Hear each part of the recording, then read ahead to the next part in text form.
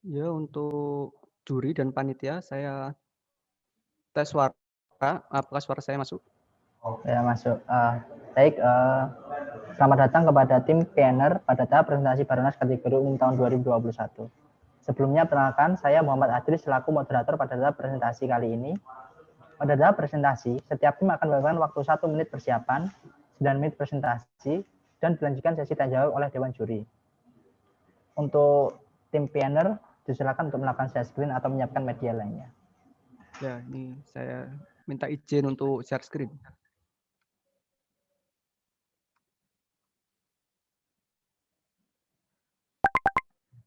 Untuk layar saya, apakah kelihatan share screen saya? Ya, kelihatan Mas. Monggo. Terlihat. Baik, apakah tim PNR sudah siap? Ya, kami sudah siap dari tim planner. Baik, karena sudah siap, maka waktu presentasi akan dimulai dari sekarang.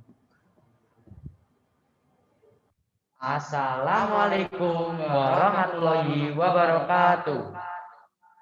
Pertama-tama, mari kita panjatkan puja dan puji syukur atas kehadirat Allah Subhanahu wa taala. Dan salawat serta salam semoga tetap tercurahkan kepada junjungan Nabi besar Nabi Muhammad SAW. Halo, perkenalkan nama saya Adam Pratika Rahman. Saya sebagai teknisi elektronik dari tim PINER. Halo, perkenalkan nama saya Muhammad Adib Aryanta. Saya sebagai teknisi mekanik pada robot PINER. Halo, perkenalkan nama saya Wahyu Firmansyah sebagai programmer serta ketua robot PINER. Tujuan kami membuat dan mengembangkan robot PINER adalah satu, karena kami sangat prihatin dengan keadaan tanaman di sekolah. Karena di masa pandemi COVID ini, tanaman di sekolah kurang nutrisi. Dua, untuk membantu masyarakat dan penghobi tanaman untuk menyirami tanaman, karena biasanya sibuk dengan pekerjaannya. Tiga, untuk membantu para petani dalam penyiraman dan penyemaian tanaman secara otomatis. Empat, untuk mengatasi masalah hutan gundul. Keunikan dari robot PINER. Robot PINER berbeda dari robot yang lain karena satu, robot PINER berbentuk mobil agar dapat menjangkau seluruh area. Dua, robot PINER lebih efisien dan hemat energi karena hanya dapat menyiram jika terdapat tanaman, dan jika tanah kering, robot akan menyiram, dan jika tanah basah, robot tidak akan menyiram. Tiga, dapat dikontrol dengan handphone lewat Bluetooth. Keempat, dapat menanam tanaman secara otomatis. Lima, robot PINER memiliki beberapa sensor. Salah satunya adalah sensor inframerah yang dapat mendeteksi tanaman dengan asumsi pot. Berikut gambar dari robot PINER. Bagian-bagian dari robot PINER adalah satu, Arduino Uno sebagai mikrokontrolernya. Dua, tabung mini dan pompa air. Tiga, dua relay pengontrol dua pompa. Empat, selang air. Lima, sensor inframerah yang berada di kanan dan kiri robot. 6. Ada 4 motor serta roda yang dikontrol oleh 2 driver motor. 7. Terdapat Bluetooth.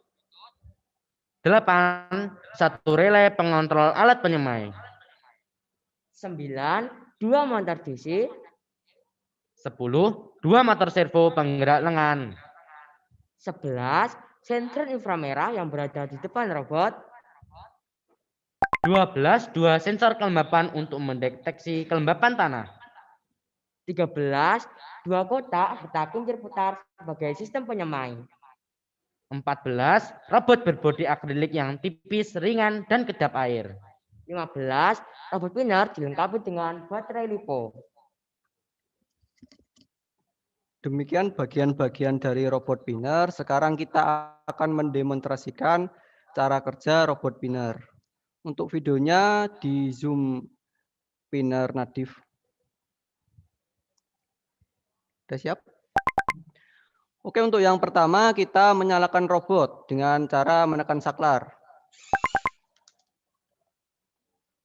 Kemudian kita koneksikan robot pinner ke handphone lewat Bluetooth. Apabila sudah selesai, kita akan memilih mode tanam. Mode tanam ini dia akan mengaktifkan kincir pada robot untuk menanam benih. Robot akan berhenti apabila sensor infrared samping akan mendeteksi pot. Kemudian apabila sensor infrared mendeteksi, lengan robot akan turun. Pada lengan robot juga dilengkapi dengan sensor kelembapan untuk mengecek apabila tanah kering, maka dia akan mengaktifkan motor pompa atau dengan kata lain dia akan menyiram. Di pot yang ketiga kita analogikan bahwa semua pot atau semua tanam sudah berhasil dicek atau sudah berhasil disiram.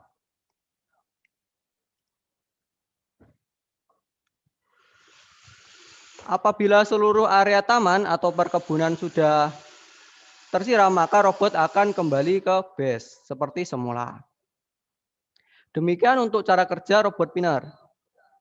Untuk pengembangan lebih lanjut,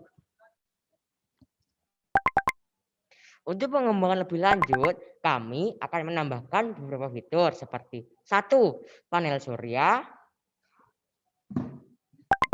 Memperbesar robot. 3. Pemrograman sensor yang lebih baik. 4. Robot akan dapat memprediksi masa panen tanaman. Terima kasih atas perhatiannya. Kurang lebihnya saya mohon maaf. Wassalamualaikum warahmatullahi wabarakatuh. Waalaikumsalam warahmatullahi wabarakatuh. Terima kasih kepada tim PNR telah memaparkan presentasinya. Selanjutnya bagi Dewan Juri dipersilakan untuk melakukan sesi tanya jawab.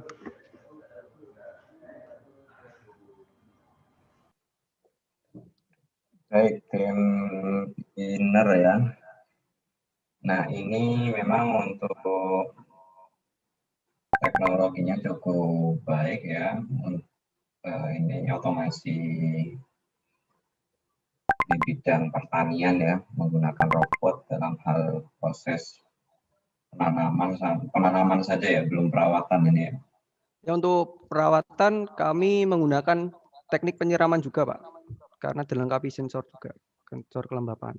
Oke, nah memang secara tidak langsung ke depannya bisa jadi teknologi pertanian di Indonesia juga banyak menggunakan ini ya. Memang meskipun ada banyak pertimbangan lainnya. Nah, yang jadi pertanyaan saya, kalau dengan tema New Era yang hubungannya dengan COVID, itu kira-kira apa ini hubungannya? Di rumah biasanya kan ada penghobi tanaman di rumah. Kan juga merawat tanaman seperti memelihara tanaman atau menanam tanaman. Jadi pada saat di COVID kan bekerja di laptop atau bekerja secara daring. Maka dibantu oleh robot ini dalam penyiraman tanaman. Karena kan sibuk dengan pekerjaannya. Ya, saya tambahkan ya, terkadang kita di sawah, misalnya kita mengelola sawah itu kita beramai-ramai. Nah, karena COVID ini kita juga bisa menjalankan satu robot saja agar semua area itu tersiram atau tertanam ya. Jadi untuk mengurangi kontak langsung antar petani seperti itu. Kalau petaninya cukup beberapa orang itu sambil jaga jarak bagaimana? Bisa juga seperti itu kan? Ya terkadang karena kita di Indonesia petani itu terkadang itu gotong royong ya. Jadi kadang ada yang menanam atau menyiram atau memberi pupuk ya seperti itu. Nah, itu untuk satu sawah itu tidak mungkin dilakukan dengan satu orang. Kadang-kadang itu bergotong royong atau banyak orang. Nah, itu kita kurangi dengan menggunakan robot ini seperti itu. Oke ya, memang kalau otomasi saya rasa sangat baik. Cuma untuk kasus COVID ini kurang tepat kalau menurut saya. Nah, tapi karena masih ada banyak pertimbangan lagi yang perlu terkait sumber daya. Ini apakah baterai atau bagaimana robotnya ini? Untuk prototipe kami sekarang itu menggunakan baterai 12 volt. Ya. Untuk selanjutnya kita bisa tambahkan auto charging dengan menggunakan panel surya seperti itu. Nah, belum lagi nanti medannya juga kan ya. Medannya kalau kalau kita bicara ini tempat tanam asli kan ya di sawah atau di ladang, nah itu otomatis kan medannya juga tidak mudah bagi beberapa robot tertentu. Ini robotnya pakai roda ya. Ya, untuk medan tertentu kita nanti akan gunakan jenis roda yang sesuai dengan kontur tanah seperti itu. Oke, itu saja mungkin dari saya. Monggo Pak Suwito.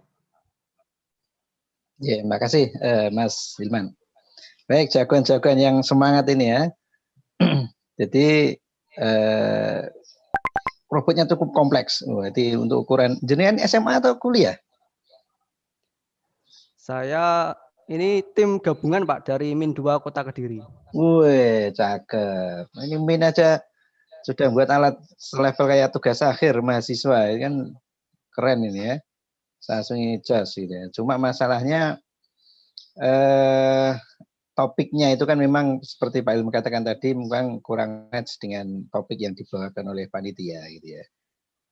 Jadi terus kalau mau diimplementasikan robot-robot itu di lapangan itu banyak hal yang kendala dan juga kadang harus kita pikir ulang bahwa tidak sesuatu itu harus dibuat dengan teknologi tingkat tinggi. Jika hal itu malah menjadikan lebih kompleks problemnya. Lagi petani kali kasih robotnya gitu ya kan. Problem malah tambah nanti, tambah maintain baterai, maintain power. Ya kan ya, kemudian environment lingkungannya sing kalau ada tani ketika nanam apa itu, nanam biji-bijian itu kan tidak bisa disebar gitu aja. Nanam biji itu harus dibuat lubangnya sedikit, baru dimasukkan bijinya kan gitu. Terus diuruk sedikit gitu kan. Nah, nggak bisa ditaruh langsung gitu kan. Ya mati bijinya itu. Hal-hal seperti itu yang tapi secara ide dan kemudian ini bagus gitu ya. Artinya kan ke depan butuh penyesuaian riset lagi gitu ya. Syukur-syukur nanti diterima di Teknik Elektro ya kan.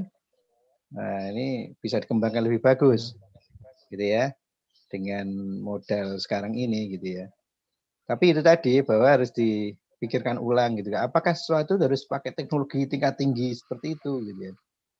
Jadi demikian teknologi tingkat tinggi itu harus disesuaikan dengan kondisinya. Ada hal-hal yang harus dipikirkan bagi seorang engineer itu.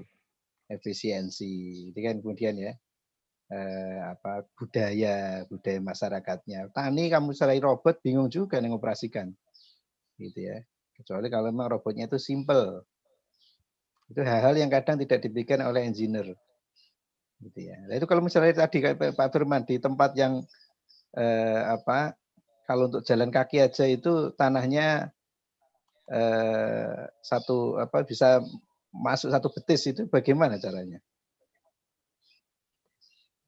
Ya kita ganti bannya ya.